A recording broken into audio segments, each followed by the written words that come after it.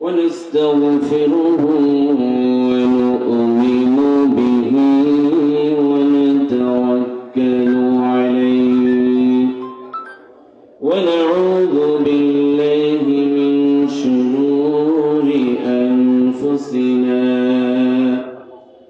ومن سيئات أعمالنا من يهده الله فلا مضل له ومن يضلله فلا هادي له نشهد أن لا إله إلا الله وحده لا شريك له ونشهد أن سيدنا ونبينا وحبيبنا ومولانا وأولانا محمدا عبد الله ورسوله الذي أرسله بالحق بشيرا ونذيرا وداعيا إلى الله بإذنه وسراجا منيرا فقد قال الله تعالى في كلامه المجيد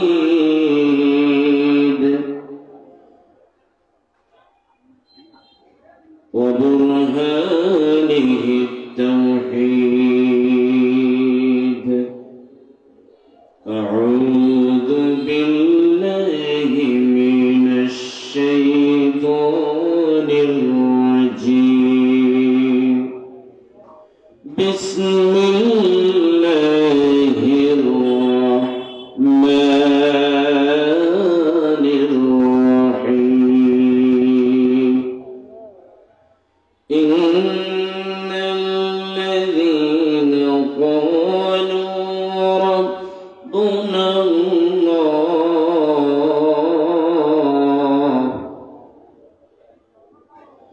ثم استقاموا تتنزل عليهم الملائكة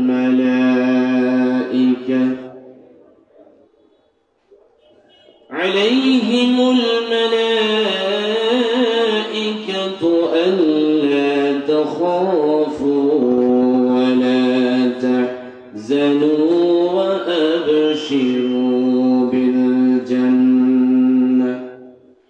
وأبشروا بالجنة التي كنتم توعدون صدق الله العظيم. وقال رسول الله صلى الله عليه وسلم من لم يجل كبيرنا ويرحم صغيرنا فليس منا ويعرف لعالمنا حقه. وقال تعالى في شان نبيه إن الله وملائكته يصلون على النبي يا أيها الذين آمنوا صلوا عليه وسلموا تسليما. اللهم صل على سيدنا مولانا محمد وعلى آل سيدنا مولانا محمد. একটু মোহাব্বত দিয়ে নবীর ভালোবাসা নিয়ে অন্তরের অন্তঃস্থল থেকে আমরা দরুদ ও সালাম প্রেরণ করছি। আল্লাহুম্মা صل على سيدنا مولانا محمد وعلى آل سيدنا مولانا তাহাজ্জুদের জায়না মাঝে তাহাজ্জুদের জায়না মাঝে মরণ দিও প্রভু আমার ইকামতে দ্বীনের পথে কবুল করে নিও আমায় আল্লাহুম্মা সাল্লি আলা সাইয়্যিদিনা মাওলানা মুহাম্মদ ওয়া আলা আলি সাইয়্যিদিনা মাওলানা বালাগাল উলা بكماله كشف الدجى بجماله حسنت جميع خصاله صلوا عليه هو الحبيب الذي ترجى شفاعته لكل هول من الأهوال مقتحم بلغ العلا بكماله كشف الدجى بجماله حسنت جميع خصاله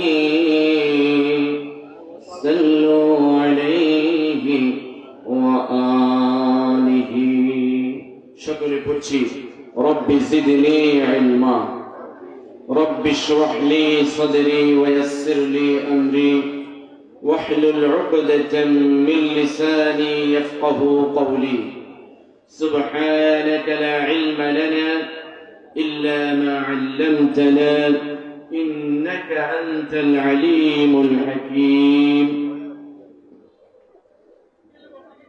الحمد لله অধ্যক্ষর আয়োজিত কক্সবাজার জাউতলা জীবকার মাইক্রো মালিক শ্রমিক ঐক্য পরিষদের উদ্যোগে আয়োজিত নবমতম তাফসীরুল কোরআন মাহফিলে মঞ্চে উপবিষ্ট আছেন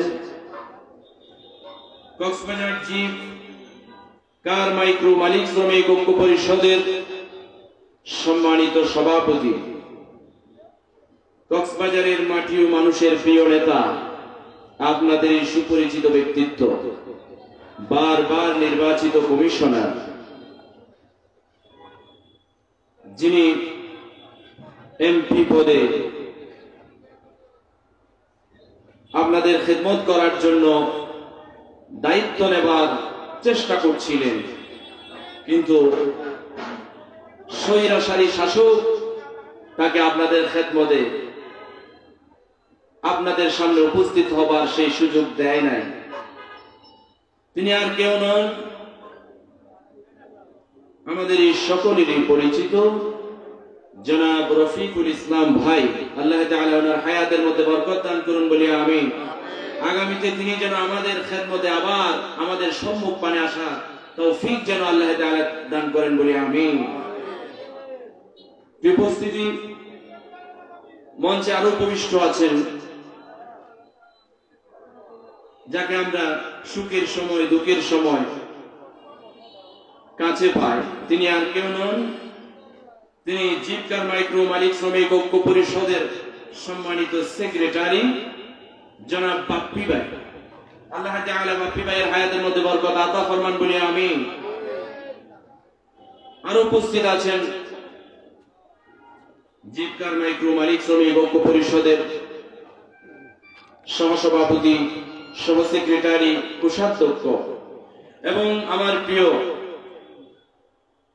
জীবকার মাইক্রো মালিক শ্রমিক পরিষদের সদস্যবৃন্দ, বিশেষ করে মঞ্চে উপবিষ্ট আছেন আমার একজন প্রিয় ভাই, যিনি সত্য প্রচারে বাঘের মতো সিংহের মতো দাঁড়িয়ে যায়, সাংবাদিক জগতের উজ্জ্বল নক্ষত্র, আমাদের সকলের প্রিয় ভাই ইমাম খায়ের ভাই, আল্লাহ তাআলা ওনার হায়াতের মধ্যে বরকত দান করুন বলি আমিন।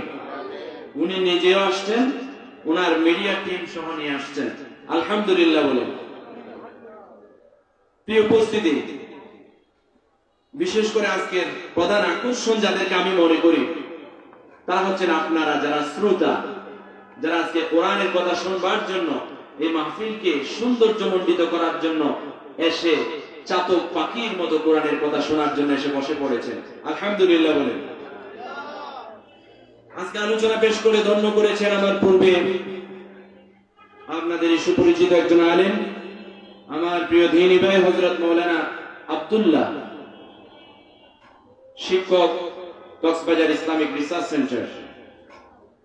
এখানে আজকে যিনি মধ্যমণি, তিনি সুদূর ঢাকা থেকে আসছেন, ওনার নিজ বাড়ি হচ্ছেন সাতক্ষীরা, হযরত মাওলানা এম রায়হান কবির সাহেব বারাকাল্লাহু ফি হায়াতি, আমরা সবাই বলি আমিন। মঞ্চে উপবিষ্ট দূর দূরান্ত থেকে আগত দ্বীনি ভাইয়েরা, আমার সামনে বসা ইসলামিক তাওহীদি জনতা, বিশেষ করে আমার প্রাণ প্রিয় ঝাউতলাবাসী, বাহারছড়াবাসী, কক্সবাজারবাসী, মাইকের আওয়াজ যতদূর যাচ্ছে, মিডিয়ার মাধ্যমে আপনারা যারা শুনছেন এবং আগামীতে যারা শুনবেন, আমি আপনাদের সবাইকে আবারও আমার আলোচনার প্রারম্ভে সালাম বিনিময় করছি। আসসালামু আলাইকুম ওয়া রাহমাতুল্লাহি ওয়া বারাকাতুহু। সর্বপ্রথম মহিয়ান ও গরিয়ান আল্লাহ জাল্লা শানুহুর দরবারে আমরা লাখ কোটি শুকরিয়া জ্ঞাপন করছি যে মহান রব্বুল ইজ্জত ওয়াল জালাল আমাদেরকে অসংখ্য মানুষ থেকে বাছাই করে কনকনে শীতে আদরের বউ বাচ্চার মহাব্বত পরিত্যাগ করে, ভালোবাসার কম্বল আর খাটের মহাব্বত পরিত্যাগ করে এবং নিজের হাজারো ব্যস্ততা উপেক্ষা করে একমাত্র কেবলমাত্র শুধুমাত্র মহান আল্লাহ তাআলাকে খুশি করার লক্ষ্যে যিনি আমাদেরকে এখানে এসে কোরআনের মাহফিলে এসে জান্নাতের বাগানে এসে বসবার তৌফিক দান করেছেন, তার শেখানো ভাষায় আমরা আমাদের কণ্ঠকে খুলে দিয়ে কণ্ঠে যত ঝংকার আছে, যত মধু আছে, যত সৌন্দর্য আছে, সবকিছু মিশিয়ে দিয়ে মনের মাধুরী মিশিয়ে অন্তরের অন্তঃস্থল থেকে আমরা শুকরিয়ার কালামটা পেশ করছি আলহামদুলিল্লাহ। সবাই পড়ছি রব্বানা লাকাল হামদু হামদান কাসীরান তাইয়িবান মুবারাকান ফীহি ইয়া রাব্বি লাকাল হামদু কামা ইয়ানবাগী لجلال وجهك وعظيم سلطانك الله أكبر كبيرا الحمد لله كثيرا وسبحان الله بكرة وأصيلا। প্রশংসা করলাম কার? সদা সর্বদা প্রশংসা হবে কার? খাওয়ার সময়, ঘুমানোর সময়, ঘুম থেকে ওঠার সময়, আমাদের কাজের শুরুতে নাম নেব কার? কাজ শেষ করে প্রশংসা করব কার? আল্লাহর নাম শুনলে, প্রশংসার কালাম শুনলে ভয় পায় কে? শয়তান। আর খুশি হয়ে যায় কে? প্রশংসা করলে খুশি হয় কে? খুশি হয়ে নিয়ামত বাড়িয়ে দেয় কে? আর প্রশংসার কালাম শুনে হাওয়া চাটতে চাটতে ইন্ডিয়ার বর্ডার ক্রস করে কে? শয়তান। শয়তান এবং শয়তানের দল, শয়তানের গোষ্ঠী ইন্ডিয়ামুখী, ভারতমুখী, জুড়ে বলেন ঠিক কিনা? তারা যখন বাংলাদেশে মাথা গুঁজার ঠাঁই পায় না, যখন হক চলে আসে, বাতিলরা যখন পলায়ন শুরু করে, আর বাতিলরা বাংলার জমিনে মাথা গুঁজার ঠাঁই পায় না তো পায় না, ইঁদুরের গর্তও খুঁজে পায় না, এবং তাদের মুখটা চলে যায় ভারতের দিকে, জুড়ে বলেন ঠিক কিনা? আমি আমি আর ওদিকে যেতে চাচ্ছি না। প্রিয় হাজিরিন, আমরা সদা সর্বদা প্রশংসা করব কার? প্রশংসা করলে নিয়ামত বাড়িয়ে দেয় কে? প্রিয় হাজিরিন, আমি সরাসরি আলোচনায় প্রবেশ করব। আমি কোরআনুল কারীম থেকে একটি মাত্র কোরআনুল কারীমের আয়াত তিলাওয়াত করেছি বরকতের জন্য। এখানে তাফসীরুল কোরআন মাহফিল বলা হয়েছে, তাফসীর করার মতো যোগ্যতা আমার নাই। আরেকটি হাদিস আপনাদের সম্মুখপানে রাসূল পাক সাল্লাল্লাহু আলাইহি ওয়াসাল্লামের পবিত্র মুখনিসৃত একটি হাদিস আমি আপনাদের সম্মুখপানে পড়েছি। আল্লাহ তাআলা যদি তৌফিক দান করে, আপনারা যদি দোয়া করেন, ইনশাআল্লাহ কিছু গুরুত্বপূর্ণ মেসেজ কোরআন এবং সুন্নাহ থেকে আমি দিয়ে যাব, এবং আমাকে, আপনাকে, আপনাদেরকে সবাইকে এই আলোচনাগুলো, এই ইনফরমেশনগুলো, এই মেসেজগুলো, কোরআন এবং সুন্নাহের মেসেজগুলো আমাদের অন্তরে লালন করে বাস্তব জীবনে প্রতিফলন ঘটাবার তৌফিক দান করুন বলি আমিন। আমার আলোচনার আলোচ্য বিষয় হচ্ছে আজকে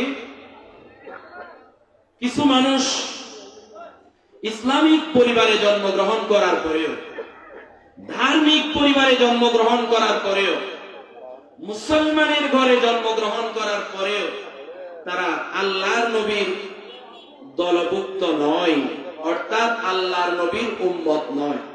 জুড়ে বলেন না নাউজুবিল্লাহ। কথা কিন্তু কঠিন। মুসলিম পরিবারে জন্মগ্রহণ করেছে, মাথায় টুপিও দেয়, পাঞ্জাবিও পরে, দাড়িও রাখে, মাঝে মাঝে নামাজও পড়ে, আবার মাঝে মাঝে নামাজ না পড়ে আর জুমাবারে মসজিদে যায় জুমার নামাজ পড়ার জন্য। এদের ভিতরে কিছু মানুষ আছে মুসলিমের ভেষ ধরে মুসলমানদের ঘরে থেকে মুসলিমদের সাথে আড্ডা দেয়, মুসলিমদের সাথে বসবাস করে, মুসলিম সমাজে থাকে, কিন্তু আল্লাহর নবীর দলের অন্তর্ভুক্ত নয়। এই ধরনের কিছু প্রকার, বিশেষ করে অনেক প্রকার রয়েছে যে আল্লাহর নবীর উম্মত তারা নয়, কিন্তু আমি প্রায় 14 প্রকার নোট করে নিয়ে এসেছি। আল্লাহ তাআলা যদি তৌফিক দান করে এই 14 প্রকার মানুষের সাথে আপনাদেরকে পরিচয় করাই দেবেন ইনশাআল্লাহ। আল্লাহ তৌফিক দান করুন বলে আমিন। তার আগে আমার আলোচনার প্রারম্ভে কিছু সূচনায় কিছু কথা আছে না না? এই কথাগুলো আপনারা একটু শুনতে রাজি আছেন না? আমার বন্ধুগণ, আমরা আপনারা যারা কোরআনুল কারীমের এই মাহফিলে এসেছি, এটা সাধারণ কোন জায়গায় আসি নাই, এটা হচ্ছে জান্নাতের টুকরা। যারা বলেন আল্লাহু আকবার। আল্লাহর প্যারা হাবিব সাল্লাল্লাহু আলাইহি ওয়াসাল্লাম ঘোষণা করেন, মাজালিসুল ইলমি হিয়া রাওযাতুম মির রিয়াজিল জান্নাহ। আল্লাহু আকবার। আল্লাহর প্যারা হাবিব বলেন, এটা হচ্ছে জান্নাতের একটা টুকরা, জান্নাতের একটা বাগান। আল্লাহু আকবার। আমরা এখন জান্নাতের বাগানে আসছি, সুবহানাল্লাহ বলেন না? আমাদের কি কষ্ট হচ্ছে? জান্নাতের বাগানে, দুনিয়াবি জান্নাতের বাগানে বসার সৌভাগ্য কি যে কারো আছে? নাই। আমার বন্ধুগণ, জান্নাত তো অনেক দূরে। মৃত্যুর পরে, কিয়ামতের ময়দানে হিসাব নিকাশের পরে কেউ জান্নাতে চলে যাবে আর কেউ জাহান্নামে যাবে। আল্লাহ তাআলা আমাদের সবাইকে জান্নাতবাসী করুন বলি আমিন। আর জোরে বলেন আমিন। আমার বন্ধুগণ, আল্লাহ তাআলা কিছু মানুষকে বাছাই করে আজকে মাহফিলে নিয়ে আসছেন। মূলত যারা জান্নাতি, যারা জান্নাতি তাদেরকে আল্লাহ বাছাই করে নিয়ে আসছেন। সুবহানাল্লাহ বলেন। যে কেহ চাইলেও কোরআনের মাহফিলে আসতে পারে না। কবুল করতে হবে কাকে?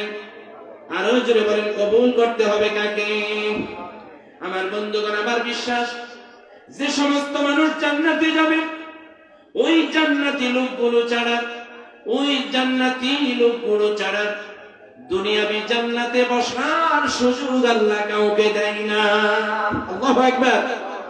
এজন্য আল্লাহর প্যারা হাবিব বলেন, কোরআনের কথা যেখানে হয় দ্বীনি সেমিনার যেখানে হয়, দ্বীনের ইনফরমেশন যেখানে দেওয়া হয়, তাবলীগ যেখানে করা হয়, দাওয়াত যেখানে দেওয়া হয়, ওই সমস্ত দাওয়াতি ময়দান, ওই সমস্ত কোরআনের ময়দান, ওই সমস্ত রাসূলের সুন্নাহর ময়দানগুলোকে আল্লাহর প্যারা হাবিব বলেন জান্নাতের টুকরা।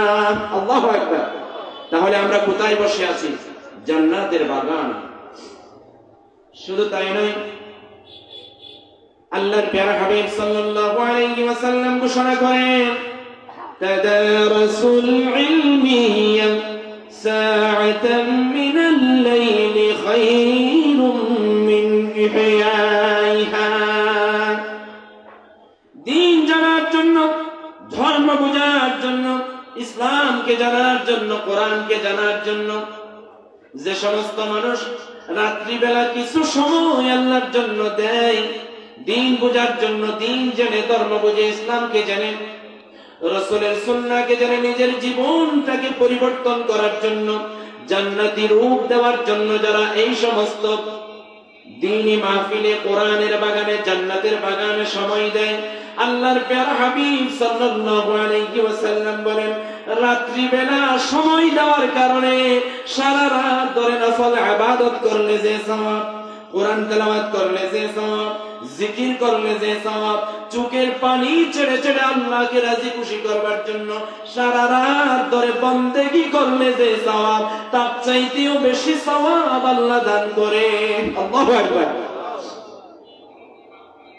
আল্লাহ তাআলা আমাদের সবাইকে, আলহামদুলিল্লাহ, এখন তো আপনারা কানায় কানায় ভর্তি হয়ে গেছেন, এখনো যারা আসতে পারে নাই তাদেরকে আসার তৌফিক দান করুন বলি আমিন। আজকে সবচেয়ে বড় ব্যাপার হলো জীবকার মাইক্রো মালিক শ্রমিক ঐক্য পরিষদের ভাইয়েরা আপনাদের সকলের জন্য, মেহমানদের জন্য তাবারুকের ব্যবস্থা করেছেন। আলহামদুলিল্লাহ বলেন। ইসলামের মধ্যে আল্লাহর নবীর কাছে একটা সাহাবা এসে জিজ্ঞাসা করছেন, ইয়া রাসূলুল্লাহ, ইসলামের মধ্যে কোন কাজটি উত্তম?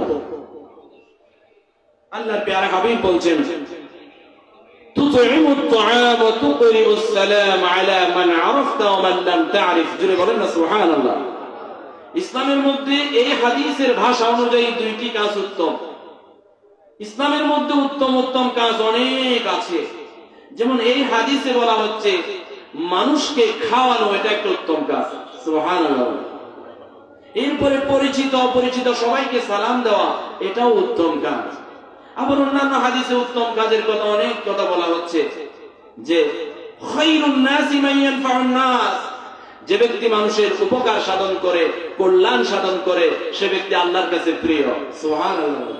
অন্য হাদিসে বলা হচ্ছে খায়রুকুম মান তাআল্লামাল কুরআনা ওয়া আল্লামা, কুরআনুল কারীম নিজে শিখে যে অন্যকে শেখায়, কোরআনের শিক্ষক, কোরআনের ছাত্র সবাই কিন্তু উত্তম। যিনি বলেন আল্লাহু আকবার। আবার অন্য হাদিসে বলা হচ্ছে মান সালিমাল মুসলিমুনা মিন লিসানিহি ওয়া ইয়াদিহি, ওই ব্যক্তি আল্লাহর কাছে উত্তম যে ব্যক্তির হাত, মুখ এবং দুর্নীতির কলম থেকে মানুষ নিরাপদ। যিনি বলেন না সুবহানাল্লাহ। আল্লাহ তাআলা আমাদেরকে উত্তম ব্যক্তি হওয়া এবং ভালো ভালো কাজগুলো করার তৌফিক দান করুন বলি আমিন। আজকের এই আয়োজন কবুল করুন বলি আমিন।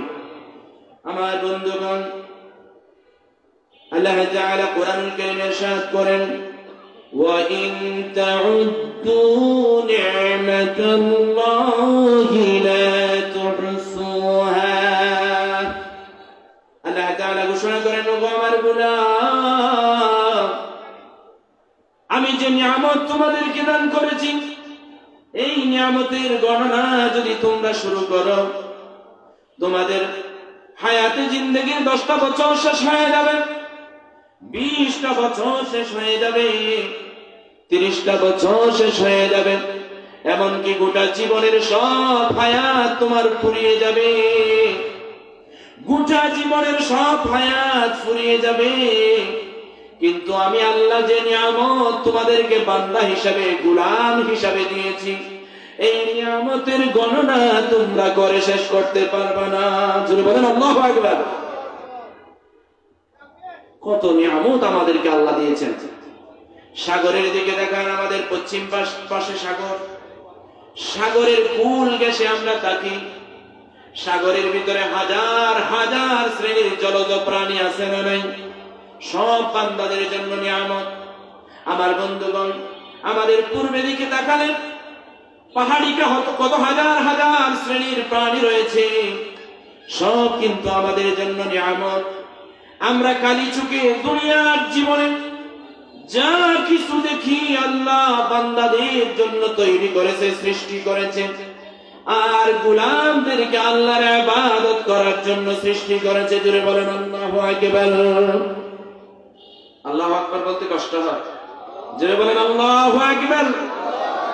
আমি আপনাদেরকে বলবো আর একটু কাছে কাছে চলে আসেন, চেয়ারগুলো নিয়ে আর একটু কাছে কাছে চলে আসেন, আমরা একটু আলোচনা শোনার জন্য নিজেদেরকে প্রস্তুত করি। লা ইলাহা, আর জোরে লা ইলাহা, সবাই পড়েন লা ইলাহা, লা ইলাহা, লা ইলাহা, লা ইলাহা, লা ইলাহা। তোমাকে ডাকি যদি একবার আল্লাহ, আমাকে কাছে টানো বারবার। তোমাকে ডাকি যদি একবার আল্লাহ, আমাকে কাছে টানো বারবার। যদি পথ ভুলে যায় আমাকে দিও ঠাই, যদি পথ ভুলে যায় আমাকে দিও ঠাই, দিও দিশা এইটুকু আবেদার আল্লাহ, আমাকে কাছে টানো বারবার। তোমাকে ডাকি যদি একবার আল্লাহ, আমাকে কাছে টানো বারবার। লা ইলাহা, লা ইলাহা ইল্লাল্লাহু মুহাম্মাদুর রাসূলুল্লাহ। আমার বন্ধুগণ, আমরা কার গোলাম বলেন? আমরা কার বান্দা বলেন? আল্লাহ তাআলা বলেন আমাদেরকে আল্লাহ তাআলা ইবাদত বন্দেগী করার জন্য সৃষ্টি করেছেন। ওয়ামা খালাকতুল জিন্না ওয়াল ইনসা ইল্লা লিয়াবুদুন। আল্লাহ তাআলা বলছেন আমাদেরকে কেবলমাত্র শুধুমাত্র আল্লাহ তাআলার বন্দেগী করার জন্য, গোলামি করার জন্য সৃষ্টি করেছেন। জোরে বলেন আল্লাহু আকবার। আমরা যে এখানে এসে বসে সময় ব্যয় করছি, এটাও আল্লাহর গোলামি। আপনি যখন নামাজ পড়তে যান, এটাও আল্লাহর গোলামি। আপনি যখন সামাজিক কাজ করতে যান, এটাও আল্লাহর গোলামি। আপনি যখন রাত দিন 24টা ঘন্টার ভিতরে 3টা সময় নামাজ না পড়েন, এটাও আল্লাহর গোলামি। জোরে বলেন আল্লাহু আকবার। আপনি যখন খাবার গ্রহণ করেন, এটাও আল্লাহর গোলামি। আপনি যখন ঘুমাতে যান, সেটাও আল্লাহর গোলামি। আপনি যখন ঘুম থেকে উঠেন, সেখানেও আল্লাহর গোলামি। জোরে বলেন আল্লাহু আকবার। আপনি যে পড়াশোনা করেন, এটাও আল্লাহর গোলামি। সুবহানাল্লাহ। সদা সর্বদা রাত দিন 24টা ঘন্টা আল্লাহর গোলামি করে প্রকৃত অর্থে আমাদেরকে আল্লাহর গোলাম বনার তৌফিক দান করুন বলি আমিন। আমার বন্ধুগণ, আল্লাহর গোলাম হিসাবে, আল্লাহর বান্দা হিসাবে আল্লাহ তাআলা আমাদেরকে হায়াত দিয়েছেন, জীবন দিয়েছেন, রিজিক দিয়েছেন, বাঁচার জন্য সব উপকরণ দিয়েছেন। শুধু তাই নয়, আল্লাহ তাআলা আমাদেরকে না চাহিতে চক্ষু দিয়েছেন, না চাহিতে এত সুন্দর একটা অবয়ব দিয়েছেন, এত সুন্দর একটা দেহ দিয়েছেন। আমার বন্ধুগণ, পৃথিবীতে আল্লাহ তাআলা হাজার হাজার শ্রেণীর সৃষ্টিকুল সৃষ্টি করেছেন। তোর মধ্যে একটা জাতি সৃষ্টি করেছেন, মানব জাতিকে আল্লাহ তাআলা এত সুন্দর, এত চমৎকার ভাবে আল্লাহ তাআলা সৃষ্টি করেছেন। গোটা দুনিয়াতে সকল সৃষ্টির মাঝে অনন্য সৃষ্টি। জুড়ে বলেন আল্লাহু আকবার। সৃষ্টির সেরা জীব হিসাবে আল্লাহ তাআলা আমাদেরকেই সৃষ্টি করেছেন। শুকরিয়া করে জীবনে শেষ করতে পারবেন? এজন্য আমার বন্ধুগণ, দুনিয়াতে যতদিন বাঁচবেন ততদিন আপনি কোথায় ঘুমাবেন, কোথায় খাবেন, কোথায় যাবেন, কোথায় অ্যাক্সিডেন্ট, কোথায় শান্তি, কোথায় আযাব, কোথায় গজব, সব কিছুর একটা রূপরেখা, সব কিছুর একটা পরিমাপ তাকদীরের ফয়সালা করে দিয়েছেন কে? জোরে বলেন কে? কোন সমস্যায় যখন আপনি পড়ে যাবেন, কোন ঝামেলায় যদি পড়ে যান, কোন সুবিধায় যদি পড়ে যান, রিজিকের সমস্যা, টাকার সমস্যা এবং টাকার সমস্যা, মান সম্মানের ক্ষতি, এই সব ঝামেলায় আমরা অনেক সময় পড়ে যাই কি যায় না? পড়ে যাওয়ার পরে কথা বলেন না কেন, যায় কি যায় না? এই সমস্ত ঝামেলায় পড়ে যাওয়ার পরে যখন মানুষের টাকা পয়সার সমস্যা হয়ে যায়, রিজিকের সমস্যা হয়ে যায়, তখন আল্লাহর কাছে না গিয়ে মানুষ চলে যায় সুদের কাছে, তখন আল্লাহর কাছে না গিয়া মানুষ চলে যায় এনজিওদের কাছে, তখন আল্লাহর কাছে না যাইয়া মানুষ চলে যায় নেতার কাছে, যখন আল্লাহর কাছে না, তখন আল্লাহর কাছে না যাইয়া মানুষ চলে যায় দুনিয়াবি টাকা পয়সাওয়ালার কাছে। জুড়ে বলেন ঠিক কিনা? কিন্তু যাওয়ার কথা ছিল আল্লাহর কাছে। আপনি দুঃখে দুর্দশায় যত ঝামেলায় যত সমস্যায় পড়েন না কেন, আপনি রাতের অন্ধকারে চোখের পানি ছেড়ে দিয়ে সিজদার মাধ্যমে কার কাছে যাবেন? আরো জোরে বলেন, কার কাছে যেতে হবে? আল্লাহ তাআলা আমাদেরকে কোরআনুল কারীমের আয়াতের মাধ্যমে শিখিয়ে দেন, ইয়া আইয়ুহাল্লাযীনা আমানুস্তাঈনু বিস-সাবরি ওয়াস-সালাহ ইন্নাল্লাহা মা'আস-সাবিরিন। আল্লাহু আকবার। আল্লাহ তাআলা বলেন, ঈমানওয়ালা, তোমরা যখন সমস্যায় পড়ে যাও, তোমাদের যখন সাহায্যের প্রয়োজন হয়ে যায়, কারো কাছে যাওয়ার দরকার নাই। আমি আল্লাহ তোমাদের জীবনদাতা, আমি আল্লাহ তোমাদের রিজিক দাতা, আমি আল্লাহ তোমাদের শান্তি দাতা, আমি আল্লাহ তোমাদের শাস্তি দাতা, আমি আল্লাহ তোমাদের জান্নাত দাতা, আমি আল্লাহ তোমরা যখন অন্যায় করো, জুলুম করো, জালেম হয়ে যাও, যখন জাহান্নামের জন্য তোমরা প্রস্তুত হয়ে যাও, তখন তোমাদেরকে জাহান্নামেও পাঠানে ওয়ালা। জোরে বলেন ঠিক কিনা? ওই আল্লাহ বলছেন, আসো আসো, সাহায্য যদি প্রয়োজন হয়ে যায়, ধৈর্যের মাধ্যমে, নামাজের মাধ্যমে আল্লাহর কাছে সাহায্য চাও। জোরে বলেন আল্লাহু আকবার। আপনি যখন ঝামেলায় পড়ে যাবেন, সাহায্য যখন প্রয়োজন হবে, আপনি যখন দুঃখ দুর্দশায় পড়ে যাবেন, জুলুমের শিকার হয়ে যাবেন, কোন মানুষের কাছে না গিয়ে, দুনিয়ার কোন শক্তির কাছে না গিয়ে স্বয়ং আল্লাহর কাছে যদি আপনি যেতে পারেন, আল্লাহ তাআলা বলছেন, ইন্নাল্লাহা মা'আস-সাবিরিন। ধৈর্যশীল যারা, ধৈর্যের মাধ্যমে যারা, সিজদার মাধ্যমে যারা আল্লাহর কাছে চোখের পানি ছেড়ে দিয়ে চায়, আল্লাহ তাআলা বলছেন, নিশ্চয় আমি তাদের সাথেই আছি। সুবহানাল্লাহ।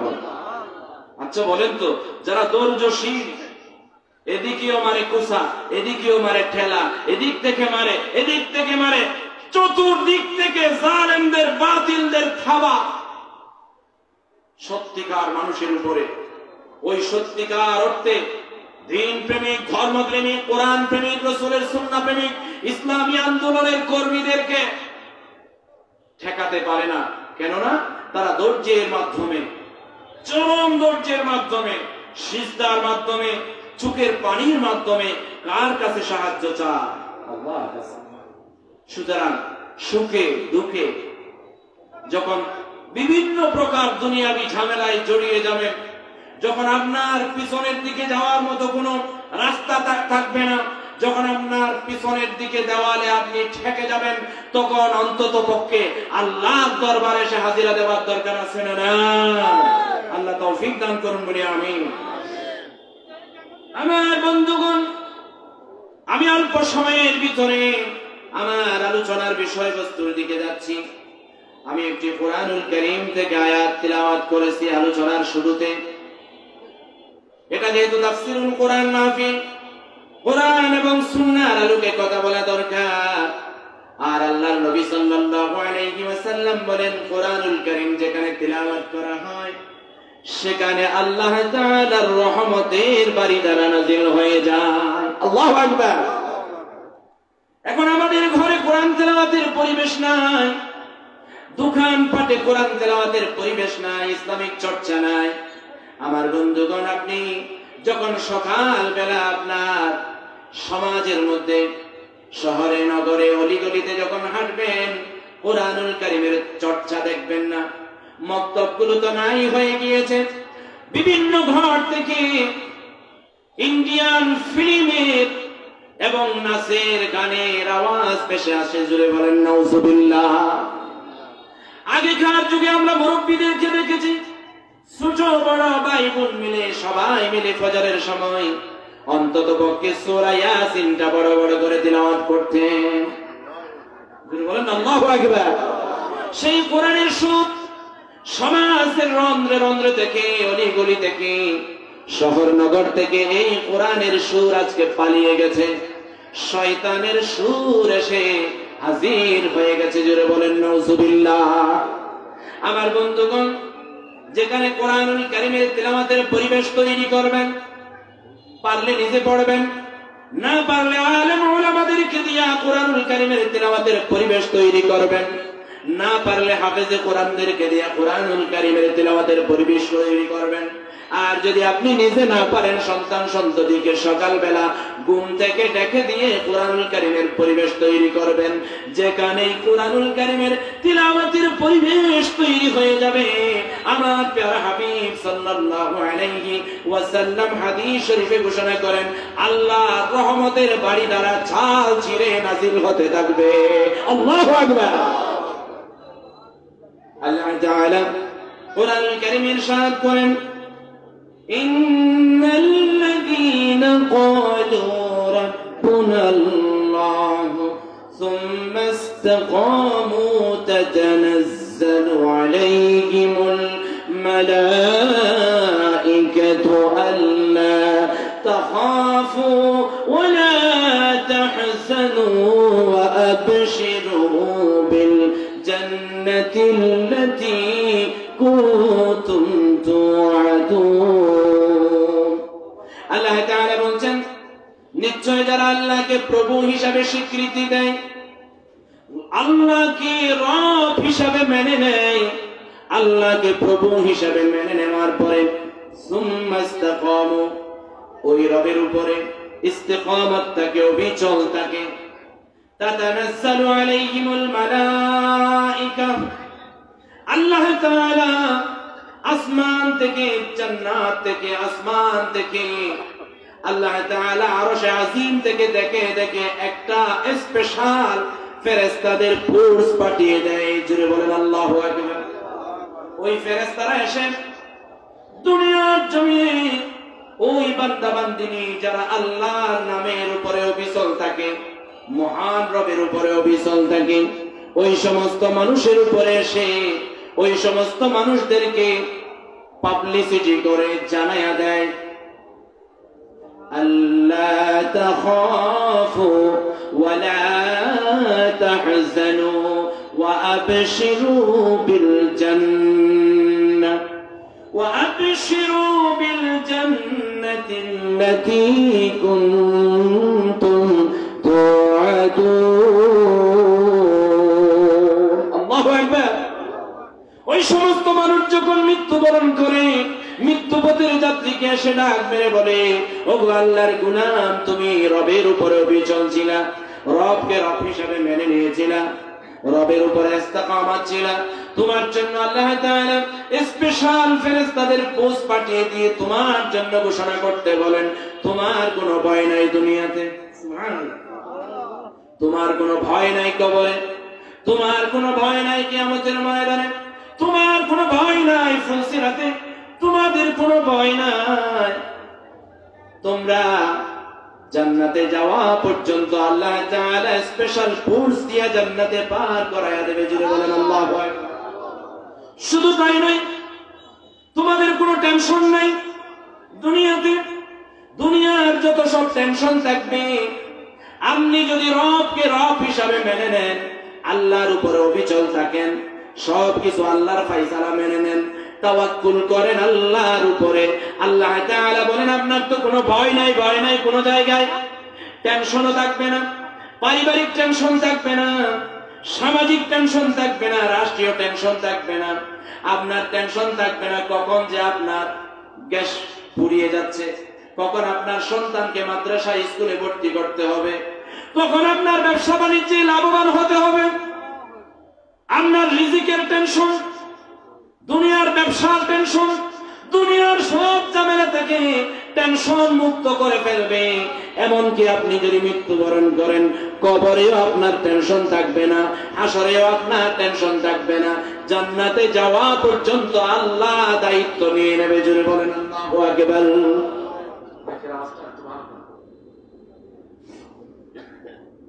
আমার বন্ধুগণ, আল্লাহ তাআলা বলেন وَأَبْشِرُوا بِالْجَنَّةِ الَّتِي كُنتُمْ تُوعَدُونَ। আপনাদের প্রশ্ন আসতে পারে, হুজুর আপনার আমার দায়িত্ব যে আল্লাহ জান্নাতের নিয়ে নিচ্ছেন, কোন আয়াতের বলে বলছেন? এই আয়াতের শেষ প্রান্তে বলছেন وَأَبْشِرُوا بِالْجَنَّةِ الَّتِي كُنتُمْ تُوعَدُونَ। যারা আল্লাহকে প্রভু হিসেবে স্বীকৃতি দেয় আর প্রভুত্বের উপরে অবিচল থাকে, তাদের তো কোনো ভয় নাই, কোনো টেনশন নাই। আল্লাহ তাআলা ঘোষণা দিচ্ছেন তাদের জন্য জান্নাতকে মেহমান খানা বানায়া রেখেছে। সুবহানাল্লাহ।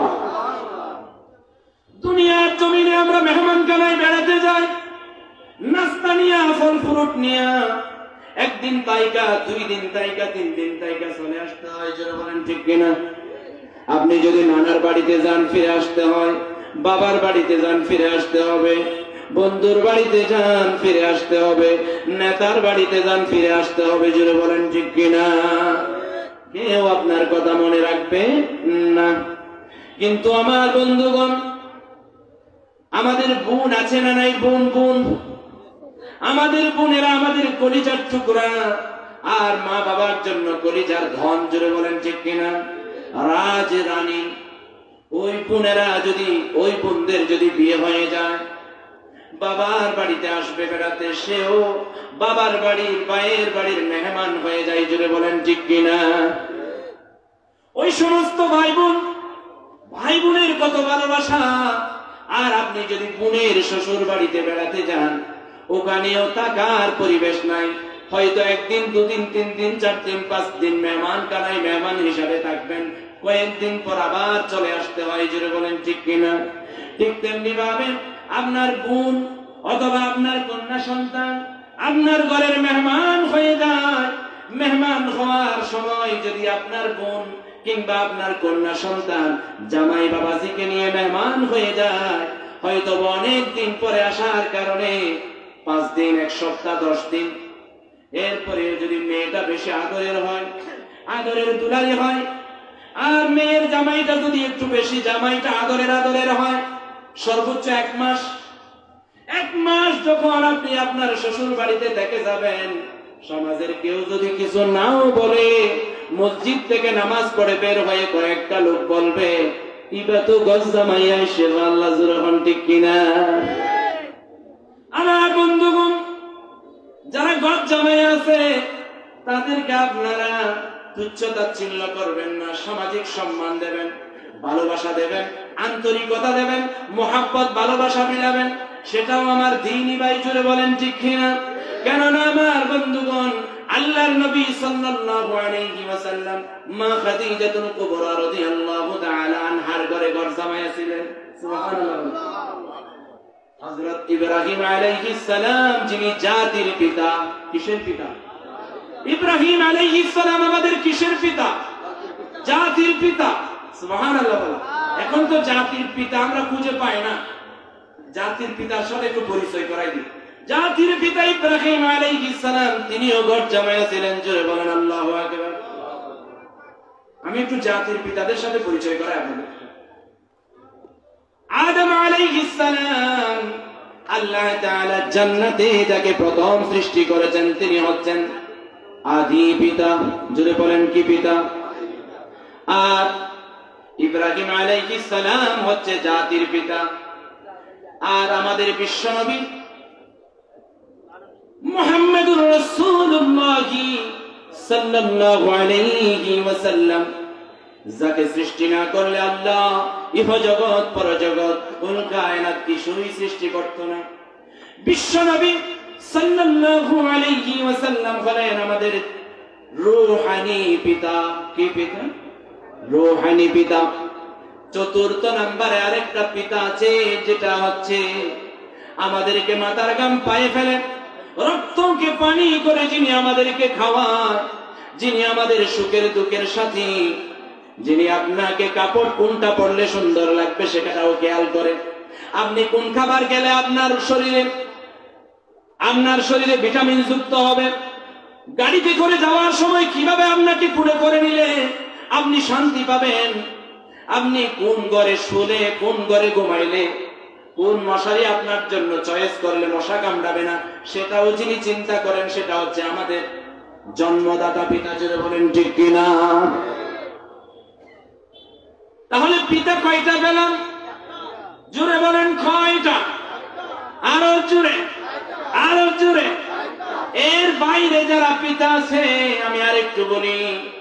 আদম আলাইহিস সালাম আদি পিতা, ইব্রাহিম আলাইহিস সালাম জাতির পিতা, বিশ্বনবী সাল্লাল্লাহু আলাইহি ওয়াসাল্লাম রূহানি পিতা, আর জন্মদাতা পিতা হচ্ছে 4 নাম্বার পিতা। জোরে বলেন ঠিক কিনা? এই 4টা পিতার পরে, এই 4টা বাবার পরে যে সমস্ত মানুষ কাউকে যদি পিতা বলে এবং বাবা বলে ওই সমস্ত বাবাগুলো ভণ্ড বাবা এবং ভণ্ড পিতা। জোরে বলেন ঠিক কিনা? একজন বলছে জুতার পিতা। এই 4 প্রকারের বাবা এবং 4 প্রকারের পিতার পরে যারা পিতা দাবি করে তারা জুতার পিতার চাইতেও নিকৃষ্ট। জোরে বলেন ঠিক কিনা? একটু জিকির করি লা ইলাহা ইল্লাল্লাহ, লা ইলাহা ইল্লাল্লাহ, লা ইলাহা ইল্লাল্লাহ।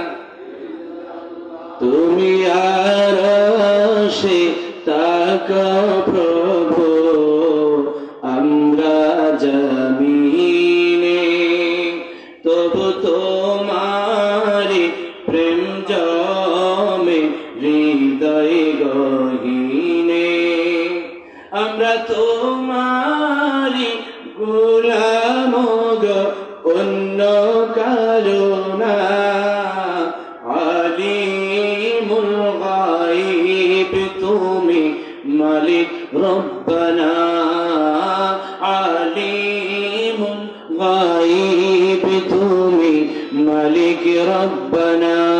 আল্লাহ আল্লাহ আল্লাহ আল্লাহ আল্লাহ আল্লাহ আল্লাহ আল্লাহ। সবাই আল্লাহ আল্লাহ আল্লাহ আল্লাহ আল্লাহ আল্লাহ আল্লাহ আল্লাহ।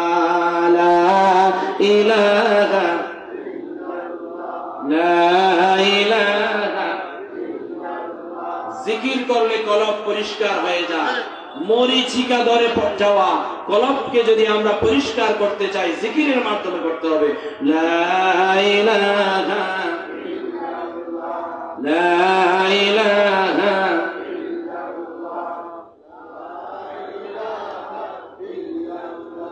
লা ইলাহা ইল্লাল্লাহ মুহাম্মাদুর রাসূলুল্লাহ।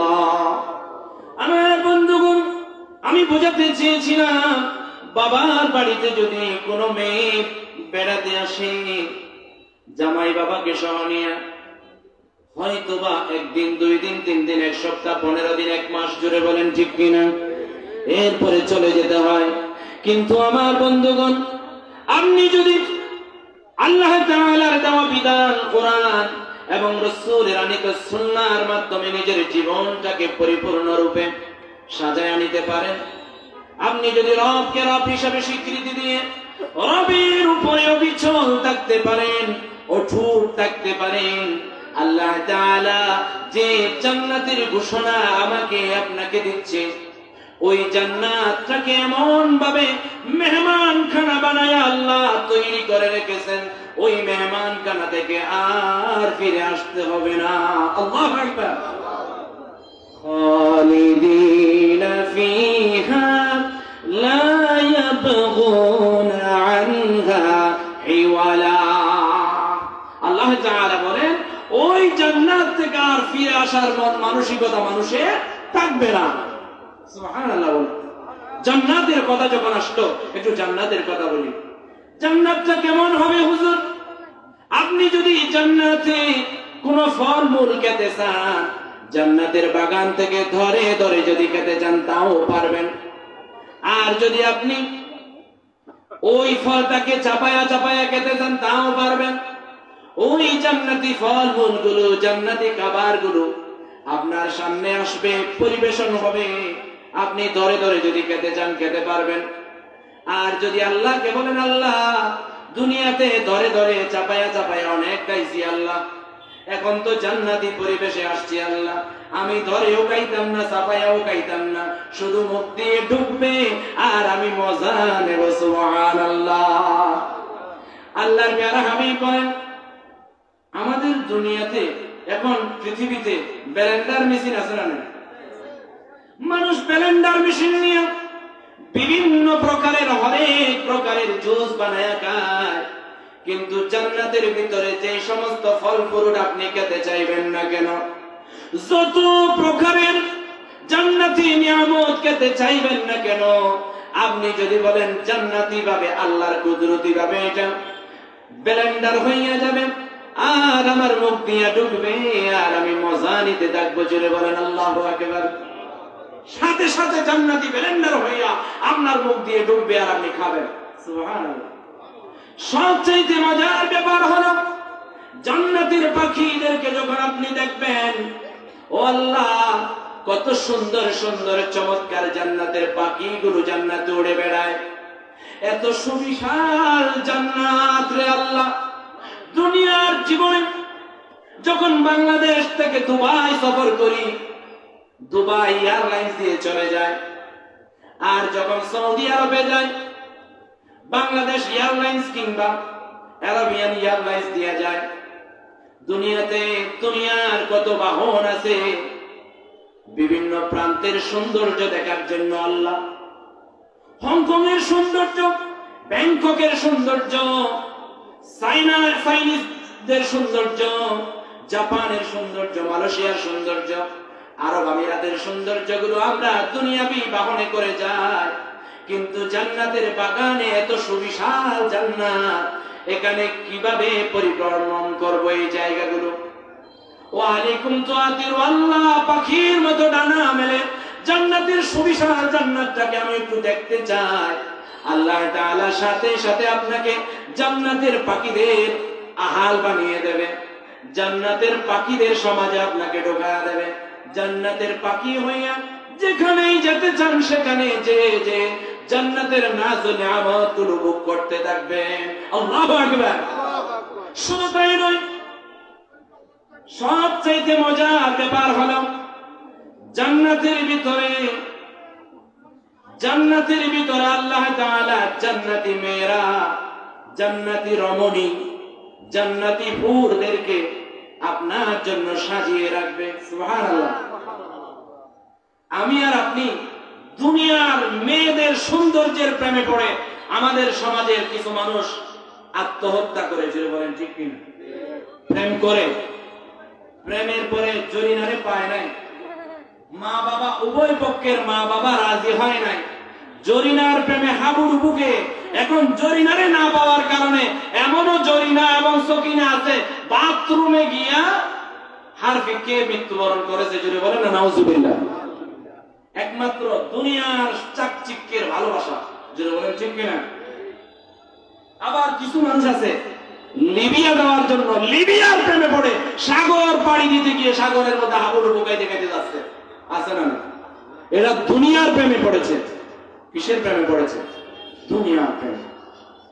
আমার বন্ধুগণ, সবচেয়ে মজার ব্যাপার হলো আপনি জরিনারেও পান নাই, সকিনারেও পান নাই, কালাইয়ারেও পান নাই, দলাইয়ারেও পান নাই।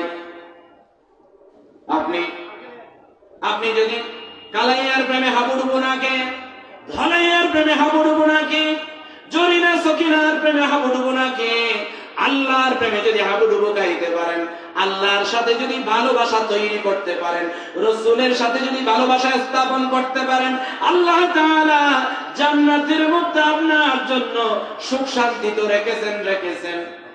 আর দুনিয়ার সব সুন্দরীর রমণীদেরকে যদি এক পাল্লায় করা হয়, দুনিয়ার সব সৌন্দর্যকে যদি এক পাল্লায় করা হয়, জান্নাতে আপনার জন্য আমার জন্য যে রাজরানী আল্লাহ হুরদেরকে সৃষ্টি করে রেখেছেন, তাদের কনিষ্ঠ আঙ্গুলের নখের সৌন্দর্য যদি দুনিয়াতে এসে পড়ে, দুনিয়ার সব সৌন্দর্য মলিন হয়ে যাবে। আল্লাহু আকবার। আরো বেশি মজার বিষয় কি জানেন? জান্নাতে আপনি দুনিয়াতে যাকে বিয়ে করেছেন, ওই দুনিয়ার বিবাহিত স্ত্রী হবে জান্নাতের হুরদের সরদারিনী। আল্লাহু আকবার। এখন অনেকের প্রশ্ন আসতে পারে, বলে যে হুজুর, দুনিয়াতে অনেক কষ্ট করে তার সাথে জীবন যাপন করেছি, বিয়ে করার পরে না পারছি ছাড়তে, না পারছি রাখতে, সমাজের বাস্তবতার কারণে সামাজিক সম্মান রক্ষা করার জন্য তার সাথে সংসার করে গেছি হুজুর, আবারও সেই কালুনি, সেই জরিনা আমি জান্নাতে পাবো, এই জরিনারে আমি চাই না হুজুর। জুড়ে বলেন ঠিক কিনা? এই জরিনা, এই সখিনা, দুনিয়ার জরিনার সখিনা থাকবে না। জান্নাতে যত হুর আছে, জান্নাতের হুরদের সব সৌন্দর্য যদি এক পাল্লায় দেয়, আর আপনার দুনিয়ার বিবাহিতা স্ত্রী যদি, স্ত্রীর সৌন্দর্য আল্লাহ এমন ভাবে তাকে সৌন্দর্য দান করবে, জান্নাতে এমন ভাবে আপনার জন্য তাকে প্রস্তুত করবে, জান্নাতের সব হুরদেরকে যদি এক পাল্লাই দেয়, আপনার স্ত্রী, আপনার বিবাহিতা স্ত্রীর সৌন্দর্য বেশি হয়ে যাবে। জুড়ে বলেন আল্লাহু আকবার। তাহলে আমার আর আপনার স্ত্রীদেরকে সম্মান দেওয়া, মর্যাদা দেওয়া, স্ত্রী হিসাবে অধিকার দেওয়ার দরকার আছে না নাই?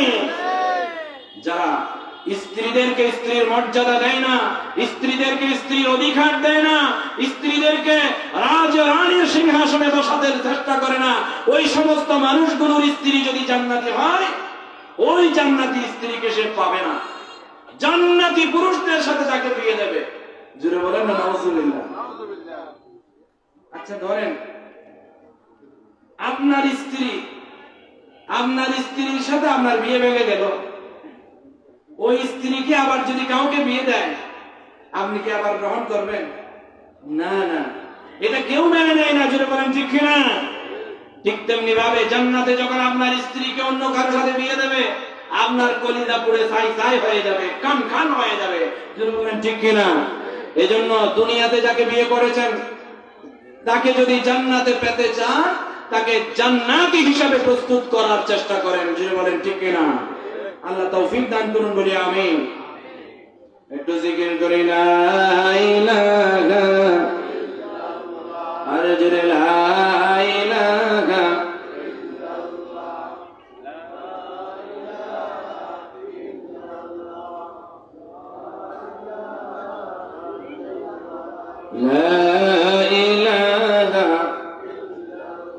পৃথিবীতে কেউ স্থায়ী হয় না, হোক না সে ফিরআউন কিংবা নমরুদ, কেউ ভবে চিরকাল রয় না। লা ইলাহা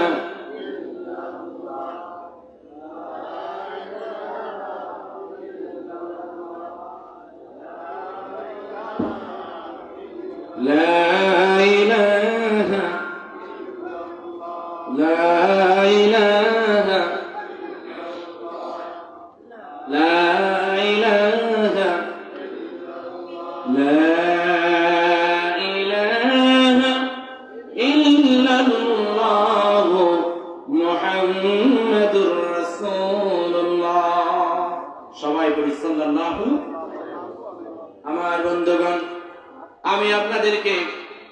কয়েক শ্রেণীর মানুষের সাথে পরিচয় করার কথা বলেছিলাম।